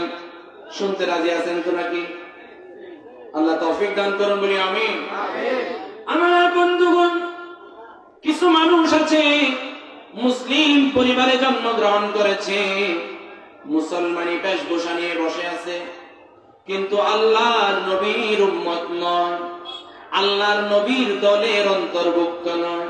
ওই মানুষগুলোর এক নাম্বার প্রকার হলো, আল্লাহর প্রিয় হাবিব বলছেন, ফামান রাগিবা আন সুন্নতি ফালাইসা মিন্নি। এক নাম্বার প্রকার হলো, যে সমস্ত মানুষ আল্লাহর নবীর সুন্নাতকে অপছন্দ করে, আল্লাহর নবীর সুন্নাতকে মেনে নিতে পারে না, আল্লাহর নবীর সুন্নাতকে তুচ্ছ তাচ্ছিল্য করে, আল্লাহর নবীর সুন্নাতকে তারা পায়ের নিচে দেয়। জুড়ে বলেন নাউজুবিল্লাহ। কেউ দাড়ি রেখেছে, দেখতে ঘিন লাগে, কিছু মানুষের দেখতে ভালো লাগে না। কেউ টুপি পরে দেখতে ভালো লাগে না, কেউ পাঞ্জাবি পরে দেখতে ভালো লাগে না। আপনার চোখে ভালো না লাগার কালো চশমা পরিয়ে দিয়েছেন শয়তান। জোরে বলেন ঠিক কিনা? কিছু শয়তানপন্থী, শয়তানের দূষণ, শয়তানের দল আছে, ইসলামিক লেবাস দেখলে গায়ে চুলকানি শুরু হয়ে যায়, ইসলামের কথা বললে গায়ে চুলকানি হয়ে যায়, দাড়িওয়ালা দেখলে তাদেরকে রাজাকার রাজাকার মনে হয়। জোরে বলেন ঠিক কিনা? যে সমস্ত মানুষ বাংলাদেশের ইসলাম প্রেমিক মানুষদেরকে, নবীর সুন্নাহ প্রেমিক মানুষদেরকে, কোরআনওয়ালা মানুষদেরকে আজীবন ধরে রাজাকার রাজাকার বলে চিল্লাইছে, ওই রাজাকার গুলো পাকিস্তানে কেউ পালিয়ে যায় নাই। জোরে বলেন ঠিক কিনা? আরো জোরে বলেন ঠিক কিনা? কিন্তু যে সমস্ত মানুষ রাজাকার রাজাকার বলে আজীবন চিল্লাইছে, তারাও একটা দেশের রাজাকার, সেটা হচ্ছে ভারত। জোরে বলেন ঠিক কিনা? তারা ভারতের দালালি করেছে আজীবন, ভারতকে বাংলাদেশকে বিক্রি করে দেওয়ার চেষ্টা করেছে। এজন্য তারা বাংলার জমিন থেকে 5 আগস্ট যখন বাংলাদেশ আবার স্বাধীন হয়ে গেছে, আমার প্রিয় দ্বীনি ভাইয়েরা, ছাত্র ভাইয়েরা, ইউনিভার্সিটির ভাইয়েরা, স্কুল কলেজের ভাইয়েরা যারা শহীদ হয়েছে, আল্লাহ তাআলা তাদের কবরগুলোকে জান্নাতের টুকরা বানিয়ে দিন বলি আমিন। তাদেরকে শহীদ মর্যাদা দান করুন বলি আমিন। তাদের আন্দোলনের মাধ্যমে তারা যে একটা বাংলাদেশ আমাদেরকে উপহার দিয়েছে, এই বাংলাদেশে আমরা বুক ফুলাইয়া এখন কোরআনের কথা বলি, বুক ফুলাইয়া এখন সুন্নাহর কথা বলি, কেউ বাধা দেয় না। বলে যে হুজুর কোরআনের কথা এরকম মাইক টাঙ্গায়া বড় আওয়াজে রাতের অন্ধকারে বলা যাবে না, শব্দ দূষণ হয়, সাউন্ড পলিউশন হয়। জুড়ে বলেন না নাউজুবিল্লাহ। ওই সমস্ত মানুষগুলো এমন ভাবে পালিয়েছে, তারা বাংলাদেশকে ভারতকে বিক্রি করার জন্য ভারতের দালালি করেছে। জুড়ে বলেন ঠিক কিনা? আমি কোন দলের হয়ে কথা বলছি না, আমি কোন রাজনৈতিক আলাপ করছি না। এখন আমাদের মানুষের, আমাদের জাতির কাছে একটা মেসেজ দিয়ে দিয়েছে যে মাহফিলে, সভা, সেমিনারে রাজনৈতিক কথা বলা যাবে না, রাজনৈতিক কথা নোংরা, রাজনৈতিক কথা খারাপ। আচ্ছা বলেন তো, রাজনীতি করা কি খারাপ কাজ?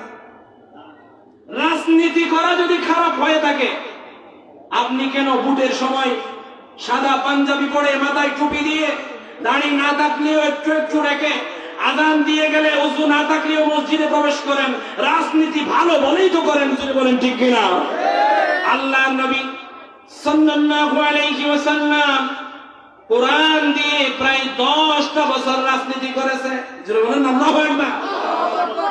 আপনি যদি আল্লাহর নবীর উম্মত হয়ে থাকেন, কোরআন দিয়ে, রাসূলের সুন্নাহ দিয়ে রাজনীতি করাকে যদি বৈধতা মনে না করেন, রাজনীতি করা যদি হারাম মনে করেন, রাজনীতি করা যদি খারাপ মনে করেন, হুজুররা কেন রাজনীতি করবে? হুজুররা তো সাধুর বেশে মসজিদের কোনায় বসে থাকবে, হুজুররা সাপকে লম্বা বলবে না, ব্যাংকে কাটো বলবে না। এই মন মানসিকতা নিয়ে যদি বসে থাকেন, আপনার চাইতে ঘণ্ড মূর্খ আর বাংলার জমিনে আরেকটা নাই। জুড়ে বলেন ঠিক কিনা? সুতরাং আমরা মূর্খতার দলে নেই, আমরা আল্লাহর নবীর দলে। আল্লাহর নবীর দলে কে কে থাকতে চান? আল্লাহকে একটু তো হাত উঠাই রাখা। আল্লাহু আকবার বলেন। আল্লাহ কবুল করুন বলি আমিন। আমার কথা কি বোঝা যায়? আমি লম্বা আলোচনা করব না, আমাদের প্রধান আকর্ষণ চলে আসতেছেন। উনি আসার আগ পর্যন্ত আমাদের সাথে থাকবেন ইনশাআল্লাহ। আল্লাহর নবী বলেন, ফামান রাগিবা আন সুন্নতি ফালাইসা মিন্নি। যারা আল্লাহর নবীর সুন্নাতকে অপছন্দ করে, আল্লাহর নবীর সুন্নাতকে তুচ্ছ তাচ্ছিল্য করে, ওই সমস্ত মানুষগুলো আল্লাহর নবীর দলের অন্তর্ভুক্ত নয়।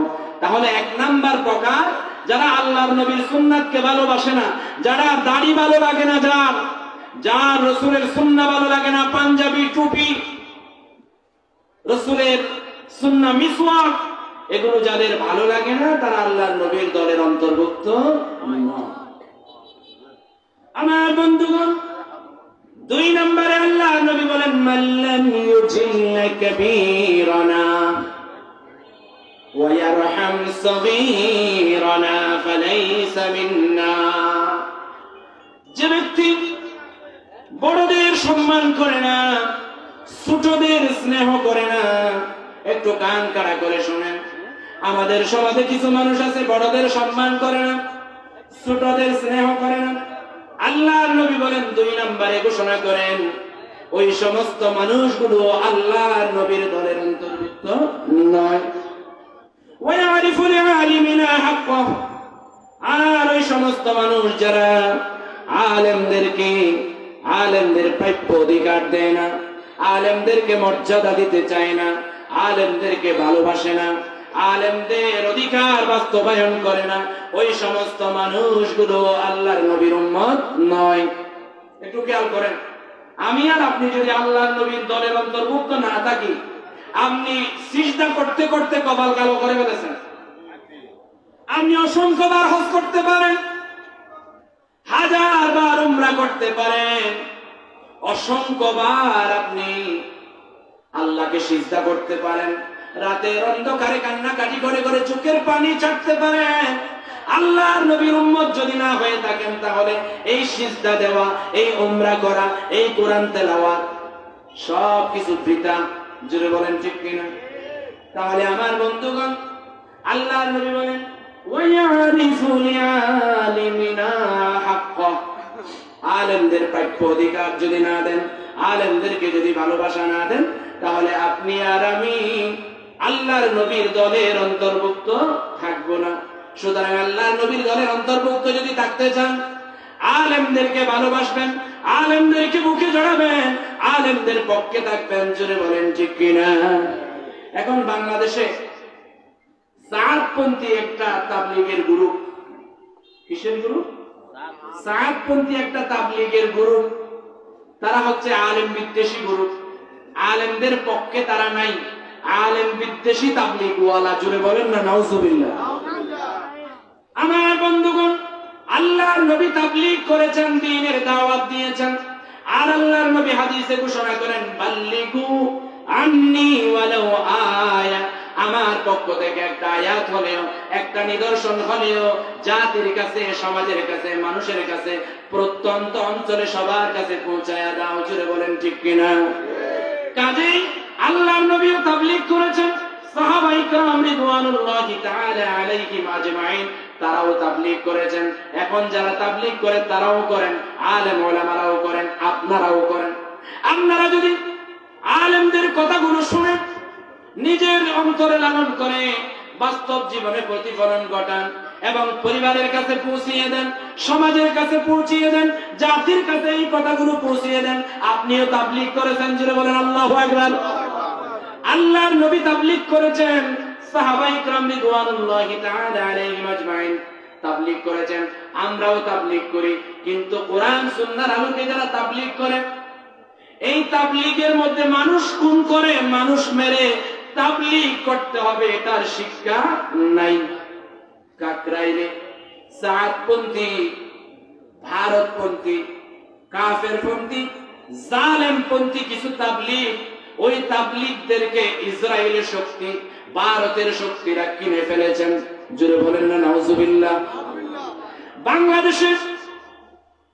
বাংলাদেশের একটা জালেম শক্তি, অপশক্তি, তারা বিভিন্ন রূপ নিয়ে বাংলার জমিনের দ্বীন প্রচারের মাধ্যমগুলো বন্ধ করে দেওয়ার জন্য, বাংলাদেশকে অস্থিতিশীল করার জন্য, বাংলাদেশের মানুষের শান্তি দূর করে দেওয়ার জন্য, বাংলাদেশে অশান্তি তৈরি করার জন্য অনেক রূপে শয়তানের দলগুলো এসেছিল।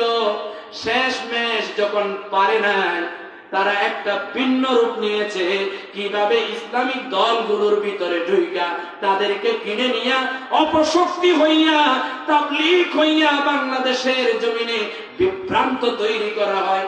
ওইভাবে তাবলীগের সাতপন্থী গ্রুপের ভিতরে ঢুইকা তারা তাবলীগের কিছু আলেমপন্থী তাবলীগওয়ালাদেরকে জবাই করে দিয়েছে, রাতের অন্ধকারে ঘুমন্ত অবস্থায় মেরে ফেলেছে।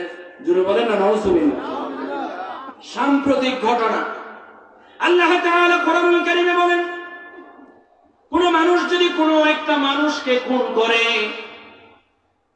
ওই মানুষটা একজন মানুষকে খুন করে নাই, একজন মানুষকে মেরে ফেলে নাই, গোটা জাতিকেই মেরে ফেলেছে। জুড়ে বলেন না নাউজুবিল্লাহ। আর কোন একজন মানুষ যদি কোন একটা মানুষকে বাঁচায়া দেয়, ওই মানুষটা গোটা জাতিকে বাঁচায়া দেয়। জুড়ে বলেন না আল্লাহু আকবার। আমার বন্ধুগণ, বাংলাদেশে নতুন স্বাধীন একটা বাংলাদেশ উপহার পাওয়ার আগে স্বৈরাচারী শাসক গোষ্ঠী অসংখ্য মায়ের বুক খালি করেছে। এমনকি বিরিয়ার বিদ্রোহের মাধ্যমে আমাদের আর্মি ভাইদের মাথা যেগুলো আছে, দেশপ্রেমিক মাথা যেগুলো আছে, আমার বন্ধুগণ পিলখানার হত্যাকাণ্ডের মাধ্যমে তাদেরকে মেরে ফেলেছে। শাপলা চত্বরে রক্তে রঞ্জিত করেছে। ওই স্বৈরাচারী শাসক বাংলার জমিন থেকে হাজার হাজার মায়ের বুক খালি করেছে। তারা তো গোটা জাতিকে ধ্বংস করে নাই, ইহ জগৎ ও পরজগতের সকল মানুষের জন্য তারা কালিমা যুক্ত হয়ে গেছে, নেককারজনক ঘটনা ঘটাইছে। জুড়ে বলেন ঠিক কিনা? ওই জাতিগুলো যেখানে পালায়ন করেছে, সেখান থেকে যেন বাংলার জমিনের মুখ আর দেখতে না পারে। জুড়ে বলেন ঠিক কিনা? আল্লাহ আমাদের সবাইকে ঐক্যবদ্ধ থেকে বাতিলের মোকাবেলা করে বাংলাদেশকে কোরআনের রাজ কায়েম করবার তৌফিক দান করুন বলি আমিন। আল্লাহ নবীর সুন্নাতগুলোকে প্রতিষ্ঠা করার তৌফিক দান করুন বলি আমিন। আমার বন্ধুগণ, আমি বোঝাতে চেয়েছিলাম, আলেমদেরকে হয় ভালোবাসবেন, হয় নিজে আলেম হবেন, অথবা আলেম বানাবেন, অথবা আলেমদের সহযোগী হবেন, কিন্তু আলেম বিদ্বেষী হওয়া যাবে না। আমরা দেখেছি গত আমলে আলেমরা যখন কয়েকজন ভাই যখন কোন একটা দ্বীনি কাজে মশওয়ারা করার জন্য কোন একটা রেস্টুরেন্টে কিংবা কোন একটা মসজিদে কিংবা কোন একটা হোটেলে কিংবা কোন একটা হল রুমে সেমিনার করে, তখন জঙ্গি তকমা দিয়া তাদেরকে অ্যারেস্ট করেছে। জুড়ে বলেন ঠিক কিনা? আমি কি মিথ্যা বলছি? এগুলো হক কথা। জুড়ে বলেন ঠিক কিনা? হকের পক্ষে আপনি যতদিন থাকবেন, হকের পক্ষে যতদিন কথা বলবেন, ততদিন পর্যন্ত আল্লাহ তাআলা আপনাকে শক্তি যোগাবেন। জুড়ে বলেন আল্লাহু আকবার। আর যদি হক থেকে আপনি মুখ ফিরিয়ে নেন, আপনি যদি বাতিলদের দোসর হয়ে যান, তাহলে আপনার এই কাজটাই হবে জাহান্নামে যাওয়ার কারণ। জুড়ে বলেন ঠিক কিনা? কই এখন তো আমরা হাজার হাজার আলেম ওলামারা ঐক্যবদ্ধ হয়। কয়েকদিন আগে পেকুয়ার মাটিতে সারা বাংলাদেশ থেকে প্রায় 15 লক্ষ মানুষ কোরআনের প্রেমে ছুটে এসেছে মিজানুর রহমান আজহারী সাহেবের মুখ থেকে মুখ নিঃসৃত বাণী শোনার জন্য। আল্লাহু আকবার। সেখানে তাদেরকে বাদ দেবে বলে নাই, সেখানে তাদেরকে হাদিয়া দেবে বলে নাই। একমাত্র কেবলমাত্র শুধুমাত্র কোরআনের কারণে, কোরআনের ভালোবাসায়, আলেমদের ভালোবাসায় নিজের জীবনটাকে উজালা করে দিয়ে সেখানে দেখতে পাচ্ছে না মিজানুর রহমান আজহারীকে, দেখতে পাচ্ছে না স্টেজ কোথায় মিজানুর রহমান আজহারী, আর শ্রোতা কোথায় খবরও নাই। লক্ষ লক্ষ মানুষ কই সেখানে তো একটা টাস করে নাই, একটা টুস করে নাই, ফুস করে নাই। এখন গত আমলে আমরা যা দেখেছি 10 জন পর্দাওয়ালি হিজাব পরিহিতা মেয়ে যখন কোরআন শিক্ষা করার জন্য কোন একটা ঘরে কোন একটা হল রুমে তারা কোরআন চর্চা করার জন্য যখন যায়, তারা বলে যে জঙ্গি রাস্তা না, এখানে জঙ্গি এবং মানুষকে কষ্ট দেওয়ার জন্য বোমা মারার জন্য প্ল্যান তৈরি করা হচ্ছে। জুড়ে বলেন না নাউজুবিল্লাহ। মামলা সাজায়া মামলা বানায়া রজু কইরা তাকে জেলখানার ভিতরে দিয়ে, জুড়ে বলেন ঠিক কিনা? আরে উলামারা যারা দ্বীন প্রেমিক, ধর্ম প্রেমিক, কোরআন প্রেমিক, রাসূলের সুন্নাহ প্রেমিক, প্রকৃত অর্থে আল্লাহর নবীর উম্মত, তারা জেল জুলুমকে ভয় করে না। জুড়ে বলেন ঠিক কিনা?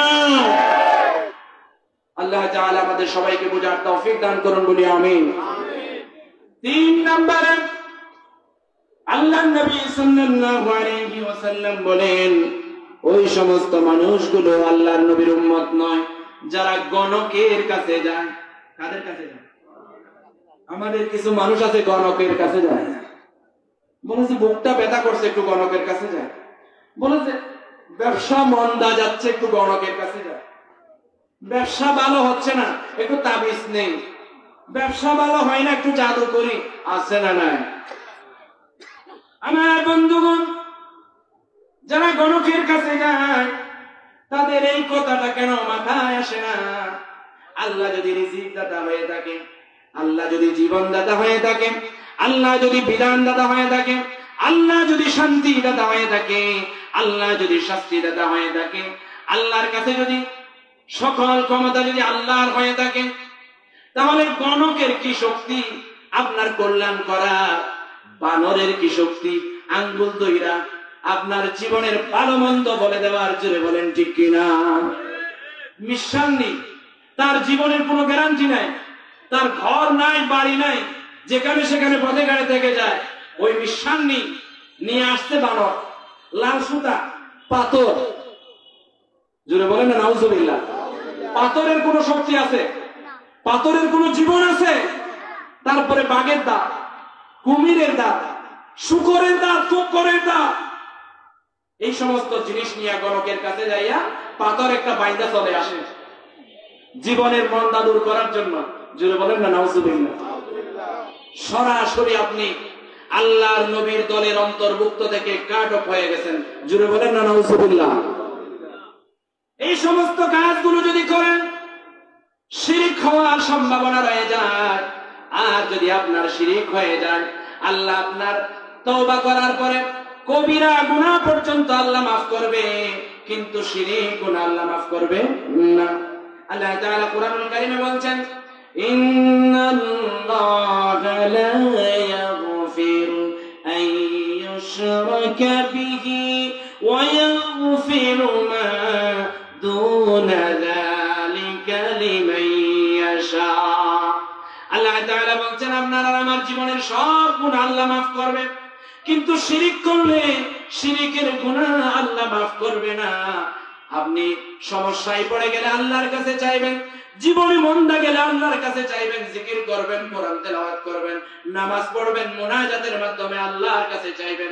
আল্লাহর চাইতে কাছে আপনার কেউ নাই। জুড়ে বলেন ঠিক কিনা? আপনার জীবনের সফলতার জন্য মাজারে যাওয়ার দরকার নাই। আপনার জীবনের সফলতা আনার জন্য ওই যে উরুস শরীফে যাওয়ার দরকার নাই। আপনার জীবনে সফলতা পাওয়ার জন্য বাবার দরবারে যাওয়ার দরকার নাই। আপনি আল্লাহর ঘরে যাবেন, আল্লাহ আপনার জীবনের মুড ঘুরাইয়া দেবেন। জোরে বলেন আল্লাহু আকবার।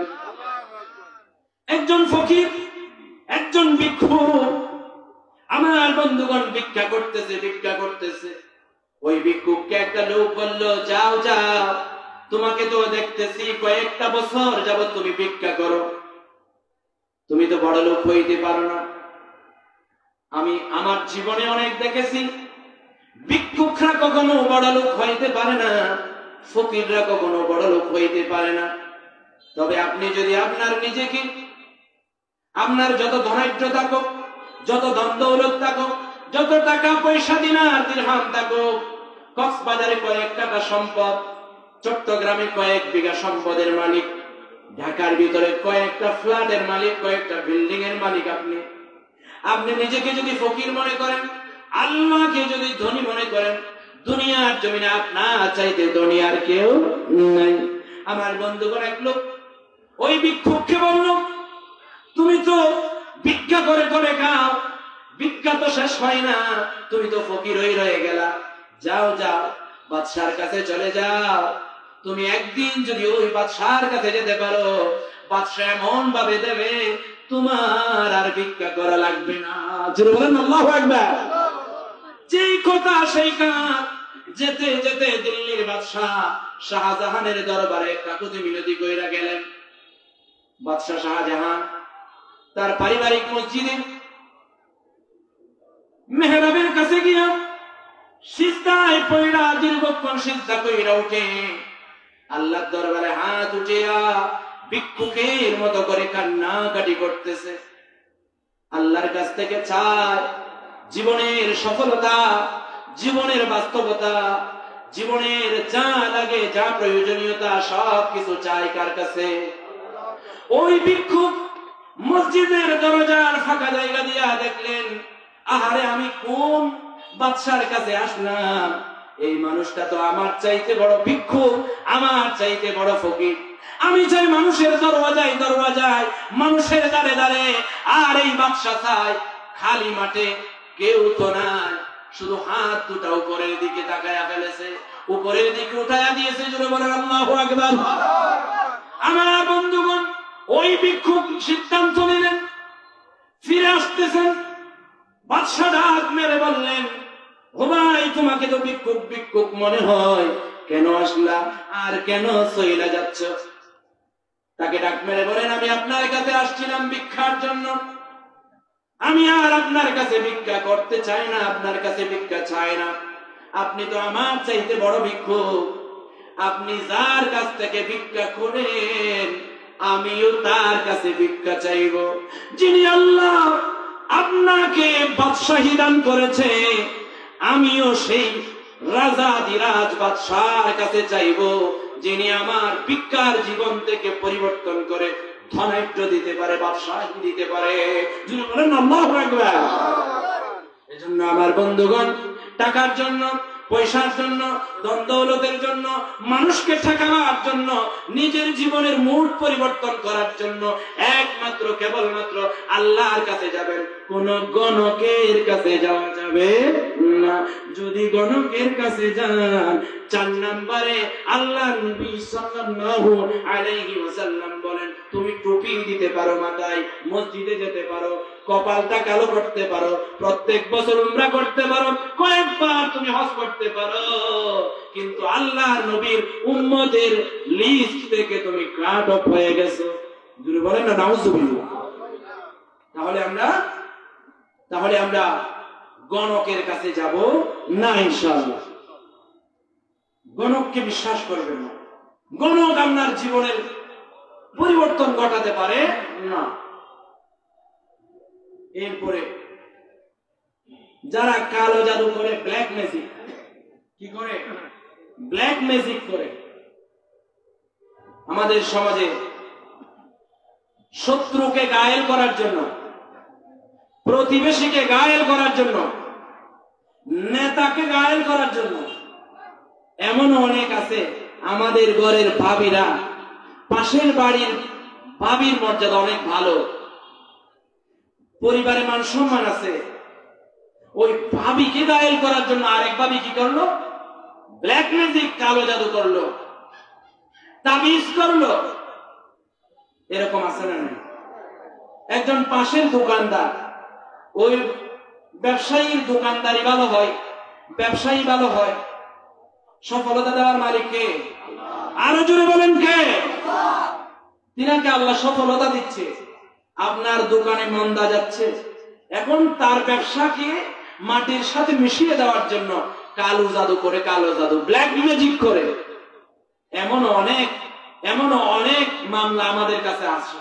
জোরে বলেন না নাউজুবিল্লাহ।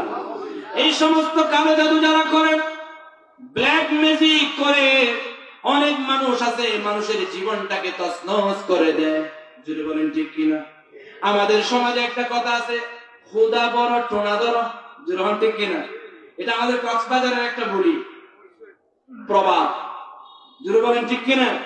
আল্লাহর নবী সাল্লাল্লাহু আলাইহি ওয়াসাল্লামকে বেদিনরা গিফট দিয়ে চিরুনিতে গিফট দিয়ে আল্লাহর নবীকে ব্ল্যাক ম্যাজিক করেছিলেন। জোরে বলেন নাউজুবিল্লাহ।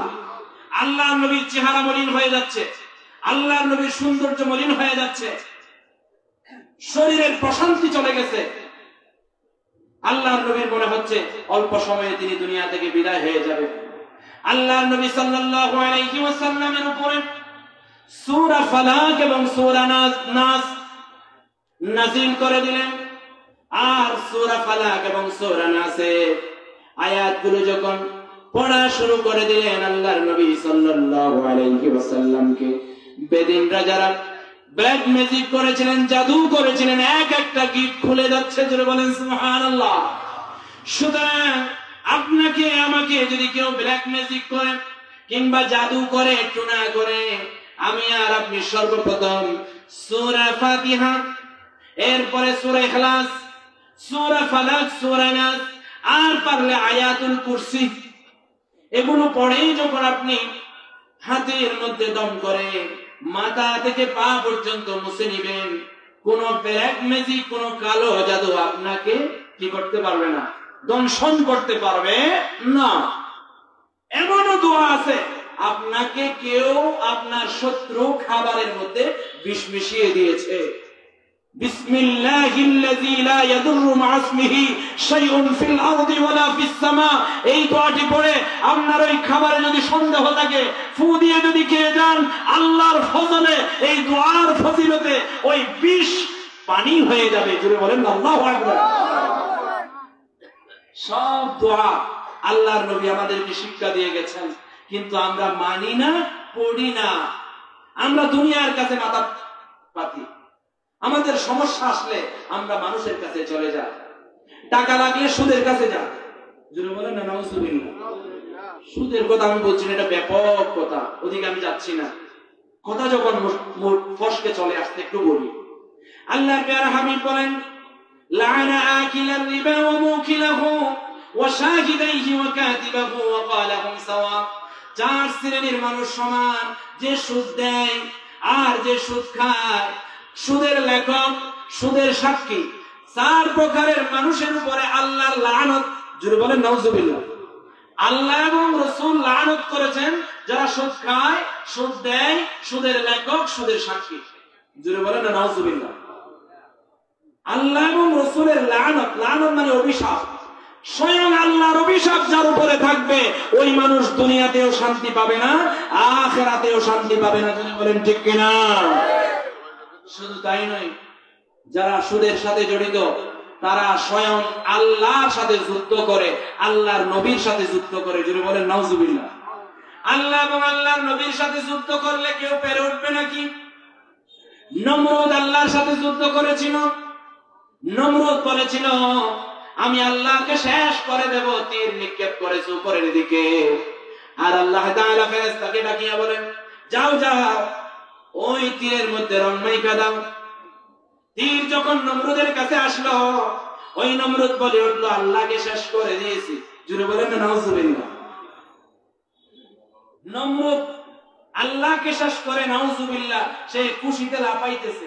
এখন একটা মশা আসছে কোথায়? নাকের ডগায়। মশা আসছে কোথায়? নাকের ডগায়। এই মশাকে যখন তাপ্পড় একটা দিল, পাটা ভাঙ্গা গেল, এবার উঠছে মাথায়। যদি বলেন কোথায়?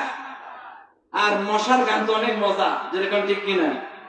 মশা যখন গান শুরু করে দিয়েছে, এদিকে মারে ছড়, এদিকে মারে ছড়, যেন চড়গুলো মারতেছে নমরুদের কপালে আর গালে। যদি বলেন না নাউজুবিল্লাহ। এই নমরুদ মশাকে মারতে চায়, ওই ল্যাংড়া মশা, পা ভাঙা মশা, ওই মশাটা নাক দিয়ে ঢুইকা মগজ বরাবর চলে গেছে, আর মগজের ভিতরে কামড় দেয়। আর দেহরক্ষী যারা আছে তাদেরকে বলে, দাও দাও, তোমাদের অস্ত্র শস্ত্র যা আছে তা নিয়ে আমার মাথায় মারো, আর মশাটা বের করো। আল্লাহকে মারার শক্তি নমরুদের আছে? ছিল না। নমরুদকে আল্লাহ জুতা পিটা কইরা আল্লাহর সাথে যুদ্ধ করতে চেয়েছেন, জুতা পিটা কইরা দুনিয়া থেকে বিতাড়িত করেছেন কে? সে আল্লাহ বলছেন ওই সমস্ত মানুষ যারা সুদ খায়, সুদের সাথে জড়িত, সুদের লেনদেনে জড়িত, সুদের সাক্ষী হয়ে আছে, ওই সমস্ত মানুষগুলো আল্লাহর সাথে রাসূলের সাথে যুদ্ধ করে। তাহলে এখনো পর্যন্ত যারা সুদের সাথে জড়িত আছেন, আল্লাহ রাসূলের সাথে যুদ্ধ না করে তওবা করে সুদের লেনদেন থেকে ফিরে আসেন। আর যদি ফিরে না আসেন তাহলে আরো বেশি শাস্তি হচ্ছে কি জানেন? সুদের 70টা গুনাহ রয়েছে, তার মধ্যে ছোট গুনাহ হচ্ছে আর রিবা 70 জুজান আইসারুহা আইয়ানকিহার রাজুলা উম্মুহু। সুদের 70টি গুনাহের মধ্যে থেকে ছোট গুনাহটা হচ্ছে মায়ের সাথে ব্যভিচার করা, মাকে বিয়ে করা। জোরে বলেন নাউজুবিল্লাহ। তাহলে যারা সুদ খায়, সুদ না খেয়ে মাকে বিয়ে করাটা উত্তম। জোরে বলেন না নাউজুবিল্লাহ। এটার ভাষাটা যদি আপনি নেগেটিভলি নেন এভাবে হয়, মাকে বিয়ে করা, মার সাথে অবিচার করা। জোরে বলেন নাউজুবিল্লাহ। কোন মায়ের পেটের সন্তান যে মাকে বিয়ে করবে, মায়ের সাথে অবিচার করবে, এমন সন্তান পৃথিবীতে কেউ আছে নাকি? নাই। শুধু তারাই কেবলমাত্র শুধুমাত্র মায়ের সাথে অবিচার করে, মায়ের সাথে জুলুম করে, মায়ের সাথে জিনাহে জড়িত হয়, শুধু তারাই যারা সুদের সাথে জড়িত। জোরে বলেন নাউজুবিল্লাহ। আর আমাদের সমাজে ঘুষ আছে না নাই? লা'নাল্লাহু রাশি ওয়াল মুরতাশি, লা'নাল্লাহু আলার রাশি ওয়াল মুরতাশি।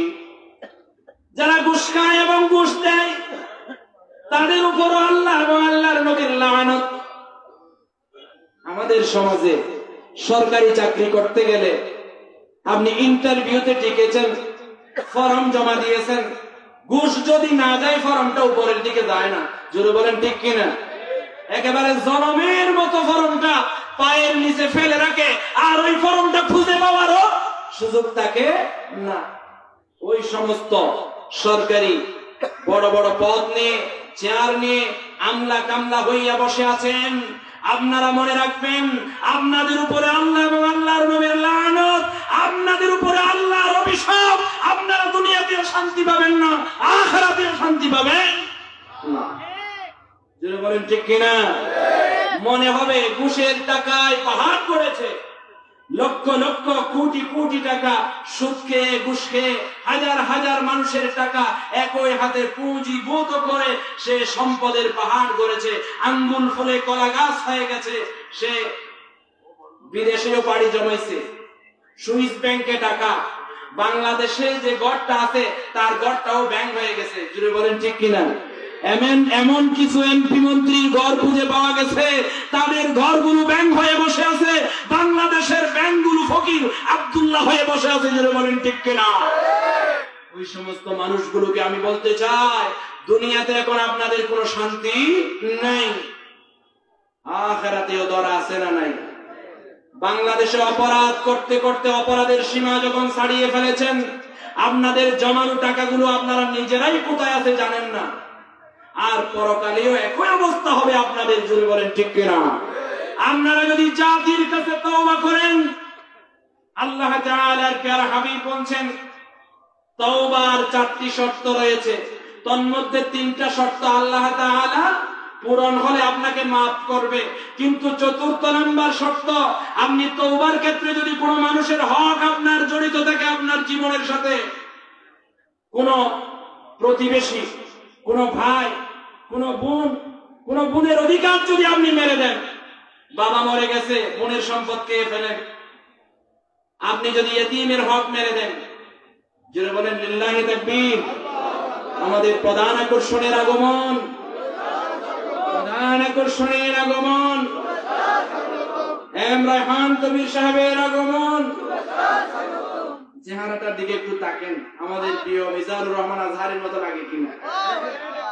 অনলাইনে এগুলো আসলে বলা ঠিক না, তারপরে আপনাদেরকে একটু আনন্দ দেওয়ার জন্য বলছি, আমাদেরকে প্রস্তুত গ্রহণ করার জন্য।